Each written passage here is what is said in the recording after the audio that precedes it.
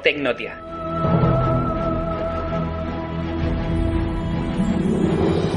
Muy buenas a todos y bienvenidos a Pasaporte Ignotia. Hoy vamos a recuperar otras de esas grandes biografías que nos dejan la historia de España, que intentamos siempre que sean menos populares para el público habitual.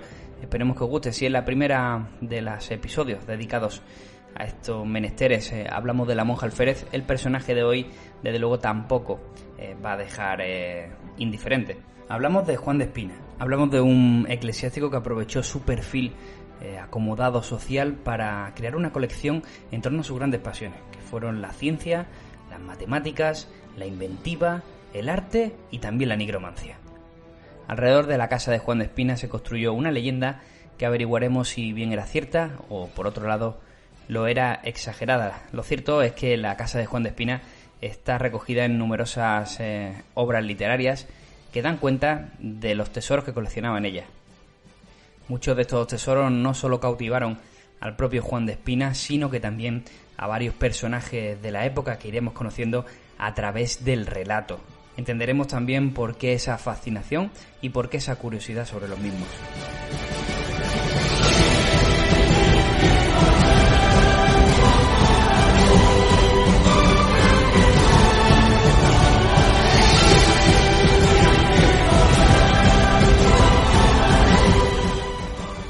En este podcast participa Juan de Aragón, más conocido como el Figón Histórico, y al que podréis seguir también a través de la descripción de este capítulo de iVoox, donde tenemos todas sus referencias a su trabajo. Soy Javi Rando y os doy la bienvenida a Pasaporte Ignotia, hoy sobre Juan de Espina, un hombre adelantado a su época.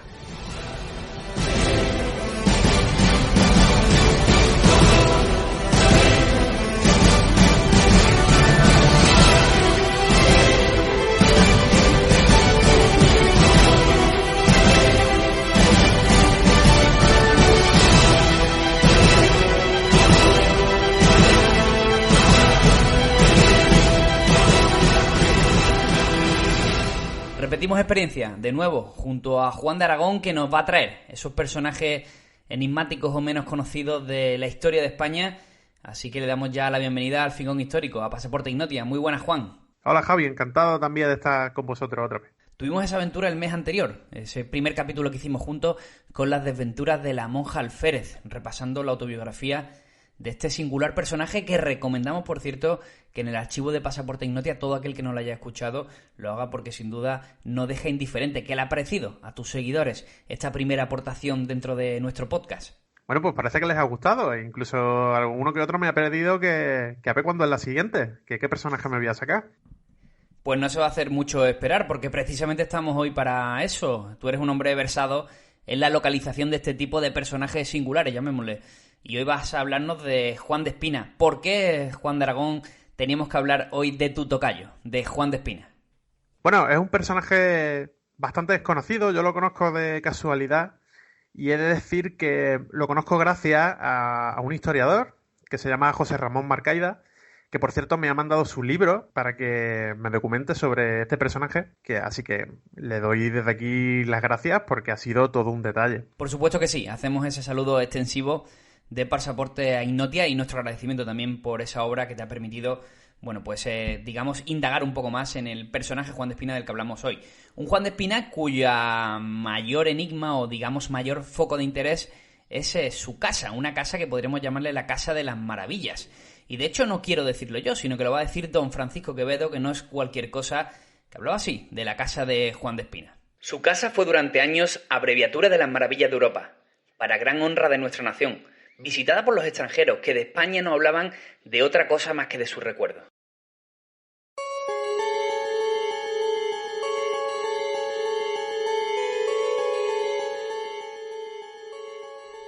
Ahora entraremos a indagar las maravillas de esa casa, de la casa de Juan de Espina, pero ponnos un poco en situación del contexto histórico en el que se desarrolló la vida de este personaje. Sí, parece que Juan de Espina nació alrededor de 1588, más o menos. Su vida adulta pues fue durante el final del reinado de de Felipe II y murió pues durante el reinado de Felipe IV, lo que podríamos llamarlo el siglo de oro, esa época del final del Renacimiento, principio del Barroco, con toda esa explosión cultural, artística, bueno, un momento esplendoroso respecto a esto.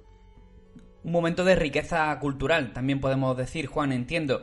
Y en ese sentido, quizás en la faceta artística, musical, de amante por las artes que desarrolló nuestro personaje, influyó en su popularidad. Sí, Juan de Espina era muy conocido en Madrid por su famosa casa. Y además por ser una persona muy extravagante, por tener una colección de pintura y objetos curiosos. La casa que estaba en el centro de Madrid, por cierto, sabemos dónde estaba. Estaba en la calle San José, que hoy se llama la calle Loreto y Chicote. Así que sabemos incluso dónde estaba su mítica casa. Y sus padres habían sido una familia cercana a Felipe II y disfrutaban de una renta real que le había concedido el rey por todos sus servicios. Así que Juan de Espina, como tenía la vida resuelta, no tenía ningún tipo de preocupaciones, se dedicó pues básicamente a lo que le gustaba.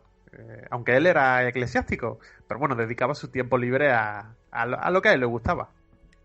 Hemos podido escuchar antes esa referencia de Francisco de Quevedo hacia Juan de Espina, pero es que aparte, como fruto de esa popularidad con la que gozaba nuestro personaje, les unía una gran amistad.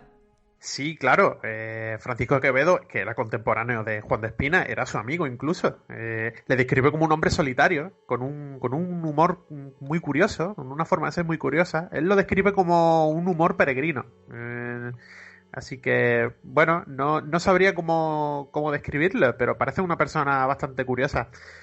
Él estaba alejado de la corte, pese a que vivía en Madrid, ¿no? Tenía muchas ganas de tener relación con la gente de la corte. Y bueno, él tiene sus intereses, él tiene sus pasiones, le gusta el esgrima, le gusta el cultivo de las artes, la ciencia, le gusta la música, que eso es muy importante. A Juan de Espina le gustaban mucho los instrumentos, incluso diseñaba instrumentos musicales. Fruto de ese conocimiento, de la inquietud en las artes y la ciencia, como ya hemos dicho, empieza a convertirse en un personaje muy popular en el Madrid de la época. Sus fiestas eran legendarias, hay que entender, bueno, fiestas distintas a lo que entendemos hoy en día por una fiesta. Lo que organizaba eran encuentros en su casa en la que acudían, bueno, pues famosos de la época a contemplar y conocer todos los detalles de sus extraños objetos. Incluso acudió el mismo Felipe IV, que también se interesó muchísimo por esta casa de Juan de Espina. ¿En qué momento y cómo nace la leyenda en torno a su vivienda, a su colección, a su museo? Esa leyenda va creciendo conforme Juan de Espina va acumulando todo tipo de cosas en su casa.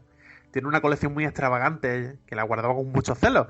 Así que, fíjate, imagínate ya, si el personaje era extravagante, su gabinete era extravagante, y además no permitía que apenas personas entraran en su casa, pues se fue generando una leyenda, pero una leyenda que es curiosa porque conforman no solo a Juan de Espina, sino a su propia casa. Juan de Espina y su casa son la auténtica leyenda. La realidad y la ficción se confunden, que bueno, realmente es una cosa muy propia del barroco. Así que se extendieron todo tipo de rumores sobre la corte, sobre lo que había en la casa de Juan de Espina y lo que se hacía dentro. Imagínate todos esos rumores, tan pocas personas que habían visitado esa casa. Y claro, como bien dice Juan de Espina, se acabó ganando esa especie de reputación de mago, de hechicero, porque hacía unas funciones con luces y con artificios, una serie de trucos que lo hacía para impresionar a la gente. Tanto es así que tenía tanta fama que ya en el siglo XVIII un autor de comedias que se llamaba José de Cañizares le dedicó 2 obras que se llamaban Juan de Espina en su patria y Don Juan de Espina en Milán. De hecho, para muchos, Juan, conocer la casa de Juan de Espina se tuvo que hacer a través de leyendas orales, de relatos orales, o también de estos textos que nos estás presentando, porque entrar a su casa era algo que era muy difícil. O sea, se hacía solo en petit comité y si Juan de Espina lo autorizaba. Sí, claro, porque es que ahora veremos algunas de las cosas que tenía dentro Juan de Espina en su casa. Y por eso la guardaba con tanto celo, porque es que tenía cosas bastante increíbles. Mira, fíjate, muy pocas personas entraron en su casa, porque él consideraba que solo esas cosas son las tenían que ver, pues, personas que pudiesen reconocer lo bueno de la colección. Por ejemplo, estuvo dentro de la casa Vicente Carducho, que era un pintor, y dice que jamás había visto tanto y tan bueno juntos. Le dedicaban sonetos, le dedicaban versos para un poco haciéndole la pelota para ver si le dejaba entrar en su casa.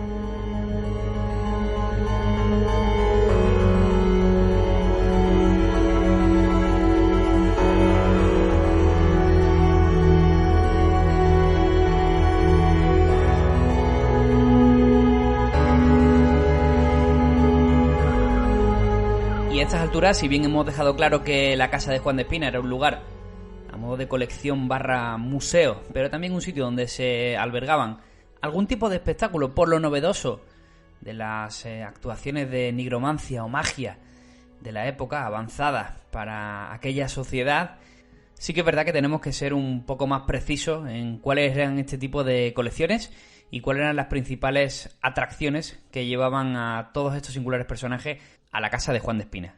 Pues en la casa de Juan de Espina sabemos que había instrumentos musicales, porque ya hemos dicho que le encantaban los instrumentos musicales. Había obras de arte de grandes pintores, escultores, maestros de la pintura. También sabemos que había armas, había espadas, pistolas, todo tipo de armamento, reliquias, libros de ámbito científico, de matemáticas, de música, de historia. Sabemos también que había artefactos científicos, espejos, relojes, ingenios mecánicos, una gran cantidad de cacharros extraños para la época.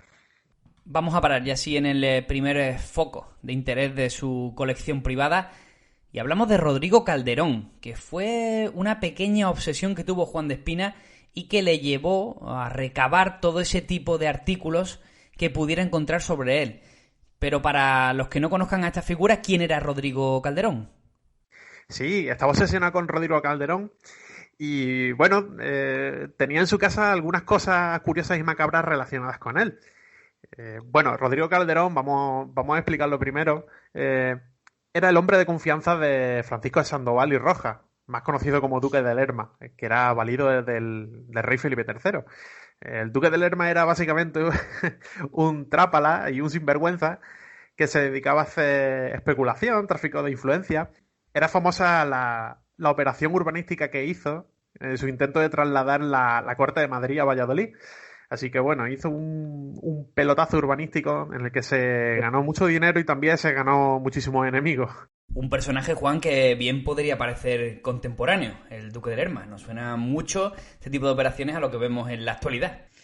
Sí, hay por ahí algún que otro personaje que se podría parecer al Duque de Lerma. Bueno, volviendo al tema, Rodrigo Calderón era, digamos que era el favorito del Duque de Lerma. Lo tenía colocado en algunos puestos y era también un especulador y también sinvergüenza y se dedicaban a todo tipo de operaciones extrañas. ¿Qué pasa? Que el Duque de Lerma fue acusado de estos hechos y de otros hechos más por su propio hijo, curiosamente. ¿Y qué pasó? Que al final las culpas cayeron en Calderón. Acabó siendo el chivo expiatorio y acusado de un montón de crímenes. Fue acusado concretamente de brujería. Sí, le acusaron de brujería porque decían que había provocado la muerte de la reina Margarita durante un parto, pues eso, usando brujería. Y también se comenta que fue culpable de ordenar el asesinato de un soldado durante una misión secreta que hizo en Flandes. No sabemos qué estaba haciendo allí. El caso es que parece que eso, ordenó asesinar a un soldado. Rodrigo Calderón, no obstante, se negó siempre responsable de estos actos que le habían colgado y, de hecho, afrontó su pena con bastante orgullo. Tanto que sigue estando vigente una expresión que recuerda a este personaje y que es la de tener más orgullo que don Rodrigo en la horca. Aunque, curiosamente, no fue ahorcado, sino que fue degollado. Sí, efectivamente, se ganó esa reputación de haber afrontado la muerte con mucho orgullo, porque parece ser que le sometieron a tormento para que confesase los crímenes que había hecho, pero solo admitió el asesinato del soldado. Entonces dirán los oyentes, ¿qué tenía en su casa Juan de Espina relacionado con el pobre Rodrigo? Pues resulta que tenía en su casa la espada con la que habían degollado a Rodrigo Calderón. La tiene en su casa y tenía documentos también relacionados con la ejecución.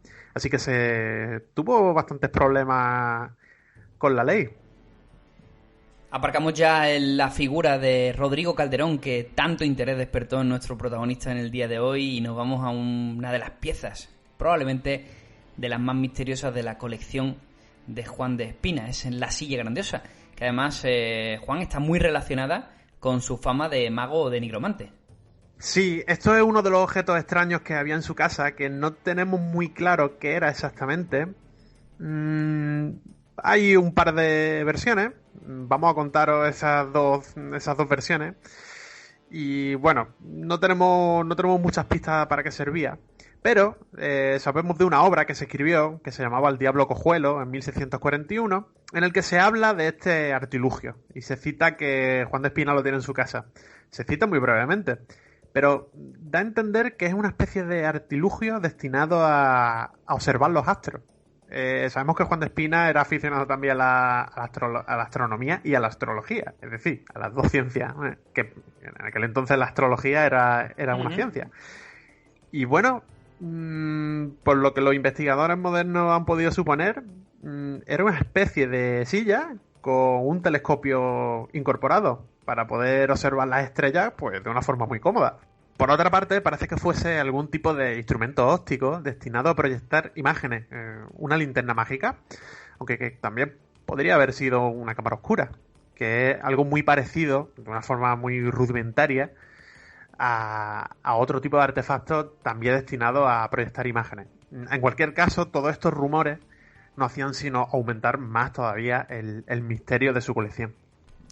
No sé qué opinión tienes, Juan, pero parece casi un objeto fuera de su tiempo esta silla grandiosa. Sí, yo también opino que no, seguramente sería eso, sería alguno de esos dos artilugios. Yo me decanto más por la silla de observación de las estrellas. Me gusta más pensar que era eso. Es una pena, en cualquier caso, que esa silla grandiosa no haya llegado a nuestro tiempo. La siguiente pregunta no sé cómo lanzarla, la verdad, porque creo que nuestros oyentes, y hablando en una jerga común, van a flipar un poco. Pero te lo voy a hacer así sin más preámbulo. ¿Tenía Juan de Espina una casa que llamaríamos hoy día domotizada? O sea, una casa completamente llena de autómatas que hacían las tareas por él. Sí, parece ser que sí. Para ojos de los extraños, la casa estaba hechizada. Para la gente que no lo sabía en la época que había dentro. Pero sí, parece que tenía la casa de alguna forma domotizada. A finales del siglo XVI era bastante común el tema de los autómatas. Ahí está el personaje Juanelo Turriano, que fabricó el famoso hombre de palo, que era un autómata, era una persona hecha de madera que se dedicaba a andar por las calles de Toledo. Así que parece ser que Juan de Espina tenía algunos de esos autómatas metidos en su casa. ¿Qué referencias podemos encontrar a este tipo de autómatas? Porque, sinceramente, a mí lo que se me viene a la cabeza es el prototipo actual que tenemos todos dentro de nuestro imaginario sobre un robot, y supongo que, bueno, no estaré demasiado encaminado en este caso. Hay algunos testimonios sobre qué había, sobre estos extraños artilugios que había dentro. Por ejemplo, Juan de Piña, en una novela fantástica, habla sobre este tema. Lo que pasa que después hay pruebas que refuerzan que todo esto era verdad, que aunque estuviese en una novela, era de verdad. Por ejemplo, describe que dentro de su casa había un barco que aparecía y navegaba sobre un bar de azogue, es decir, de mercurio. Y automáticamente disparaba la artillería, se llenaba todo de humo y después el barco se iba solo. Entonces, el visitante quedaba completamente deslumbrado por el artificio, por esa especie de magia que ellos lo veían así, pero seguramente sería un autómata, efectivamente. También, por ejemplo, se habla de que su habitación, que estaba ricamente decorada, con telas lujosas, cuando los visitantes se iban, en este caso sabemos que un visitante que se llamaba Juan Bernardo entró junto a Juan de Espina a la habitación. Cuando se fueron de la habitación, todo quedó... digamos que se desmontó la habitación, se escondió la cama, se escondieron los muebles. Entonces el tal Juan Bernardo se asustó un poco y le dijo a Juan de Espina: sosiéguese vuestra merced, señor don Juan Bernardo, que somos amigos y aquí no ha de padecer daño sino admiración. Mira, se cuenta en la novela, en un pasaje que dice: las criadas que te asisten son estatuas de madera, que con extraños artificios como reloj se manejan. Y una vez sola que al día le da a todas cuerdas, guisan, cosen, sacan agua, hacen las camas y friegan. Todo esto puede parecer fantasía, puede parecer que esto se lo ha inventado alguien, pero en el testamento de Juan de Espina se menciona y se pide, en unas instrucciones muy claras que él dejó, que todos estos autómatas se desmontaran por completo, que todas las ruedas y resortes que tenían dentro se desmontaran y que toda la ropa que llevaban puesta se entregaran como limosna. Es decir, que él en su lista de objetos, tras su muerte, que dejó preparada, menciona a esos autómatas. Probablemente no sería tan exagerado que hicieran tantas cosas, pero es muy probable que de verdad existiesen esos autómatas y hiciesen algún tipo de movimientos para, sobre todo, pues eso, para sorprender a los visitantes. Es una pena, desde luego, que ese testamento se cumpliera a rajatabla porque no quedan ninguno de los vestigios o de la forma original, o incluso lo que podrían ser algunos prototipos en modo cuaderno de Juan de Espina. No queda absolutamente nada de la presencia de estos autómatas y ya tendrá que ser nuestra imaginación a través de este pasaporte Ignotia el que construya lo que nosotros queremos creer o no creer en torno a esta figura enigmática. Lo que sí parece claro es una de las grandes aportaciones que contamos actualmente, de hecho, en la Biblioteca Nacional de nuestro país, y aunque no queda demostrada su procedencia de Juan de Espina, todo indica a que se trata de uno de esos objetos que guardó en vida con un extremo valor. Son los dibujos de Leonardo da Vinci, que actualmente, como decimos, se exponen en la Biblioteca Nacional. Sí, Juan de Espina, como hombre de ciencia que era y estaba tan interesado en ese tipo de cosas, en los grandes maestros, en la mecánica, en todo este tipo de cosas raras, consiguió agenciarse unos cuadernos de Leonardo da Vinci. Estaban llenos de planos, de inventos. Vamos, seguro que la imagen que se hacen los oyentes de estos dibujos son los que solemos ver, con esas máquinas extrañas que diseñaba Da Vinci. Parece ser que los consiguió en una venta que hizo el escultor Pompeo Leoni, que vivía en Madrid, que era escultor de la corte, y se enteró y se llevó todo. Se lo llevó todo, tanto es así que muchos personajes de la época se lamentan, porque dicen que bueno, que van a acabar en casa de Juan de Espina y eso no va a volver a verse jamás en la vida. Se trataba, por lo que conocemos, de unos dibujos originales, unos cuadernos, obras de Leonardo da Vinci, como hemos dicho, dibujos hechos a manos y planos de otros inventos. Sobre todo el interés principal de Juan de Espina, obviamente, era por estos últimos, ¿no? Hemos estado viendo a lo largo de este relato como la figura de Juan de Espina, salvando las distancias, obviamente, se puede parecer un poco, al menos en inquietudes, a la de Leonardo da Vinci. Aún así, Juan, por la importancia de estos documentos, siempre tuvo muchos compradores interesados en adquirirlos. El propio príncipe de Gales, que en el futuro sería Carlos I de Inglaterra, intentó varias veces comprarlo, no él en persona, sino a través de los cónsules que había en Madrid. Lo intentó comprar varias veces, y eso que le ofrecían un montón de dinero, pero es que Juan de Espina se negaba se negaba completamente a deshacerse de estos dibujos. También Thomas Howard, que era conde de Arundel, también lo intentó, pero sin resultado. Mucha gente le ofreció dinero por estos dibujos y por estos cuadernos, pero no quería deshacerse de ellos. Hemos de decir que, exceptuando referencias bibliográficas como las que hemos tratado en el día de hoy y algún rumor como este último del cuaderno de Leonardo da Vinci que actualmente se encuentra en la Biblioteca Nacional, la colección de Juan de Espina se podría catalogar como perdida. ¿Cómo fue que ha resistido tan mal el paso del tiempo? Bueno, el tema de la colección de Juan de Espina, sabemos que fue a parar sobre todo a manos reales. Él era muy previsor y siempre encima, en su faltriquera, llevaba una serie de pliegos donde venían las órdenes que se daban para la hora de vender su colección. O sea, venían instrucciones de a quién le dejo esto, a quién le dejo tal, a quién le dejo cual. Y la inmensa mayoría fue a parar a la colección de Felipe IV, que bueno, era un gran mecenas de las artes. Sabemos que fue a través del conde duque de Olivares. Le deja esta colección sobre todo porque él considera que si todas estas obras de arte, todos estos libros, todos estos instrumentos, todas las maravillas que hay dentro de esa casa, se venden. Probablemente el que lo venda y el que lo compre no le den el valor real que tiene. Ya sabes, él era muy celoso con eso. Él quería que eso solo lo tuviesen personas que de verdad lo valorasen. No se conoce bien lo que sucede en torno a esta colección. Parece que la idea más plausible es que a su muerte se cumple su testamento, todo llega a la corona, pero no hay ningún archivo ni ningún inventario que recoja todas las pertenencias de Juan de Espina. Es una pena porque esto ha provocado que todo esto se perdiera. Se especula con que la inestabilidad política en la corte durante aquellos días pues pudo afectar a que no se le diera la prioridad a lo mejor que se le podría haber dado. La cuestión es que su colección, la colección de Juan de Espina, ya pertenece a la leyenda. ¿Y hay algo, Juan de Aragón, que podamos recuperar de aquella época? Que tengamos la certeza, como ese cuaderno de Leonardo da Vinci de los que hemos hablado en la Biblioteca Nacional. Pues poco, se fue difuminando todo su legado, se fue perdiendo. Nos queda muy poco. Probablemente los libros de Da Vinci que ya hemos mencionado fuesen de su colección. Y alguna que obra. Por ejemplo, algunas de la pintora Clara Peters, que hacía bodegones. Algunas obras que hay aquí parece que eran de su colección. Pero no lo sabemos. Se difuminó el origen de todas esas obras y no sabemos dónde fue a parar todo esto que había en su casa.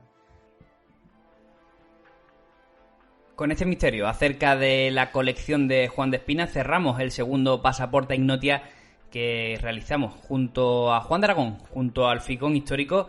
Y oye, Juan, te lo tengo que decir, 2 personajes, 2 del siglo de oro. Parece que es tu época favorita, pero oye, te reto por si en el próximo pasaporte, del que aún por cierto no hemos hablado de ese personaje, encontramos quizá otra fase de la etapa de España que nos pueda también resultar de interés. Sí, claro, personajes históricos interesantes, bueno, de nuestra historia muchísimo, de la historia del mundo muchos más. Hay muchos personajes de muchas épocas interesantes. Ha coincidido que estos dos son del siglo de oro, pero hay muchos más de otras épocas. Te emplazo entonces, Juan, a que el próximo mes nos vuelvas a sorprender y te doy las gracias de nuevo por estar con nosotros en este nuevo Pasaporte Ignotia. Pues yo siempre encantado de compartir este ratito contigo y a ver qué se me ocurre para la próxima entrega. Seguro que no nos deja indiferente. Un abrazo, amigo. Un abrazo a vosotros.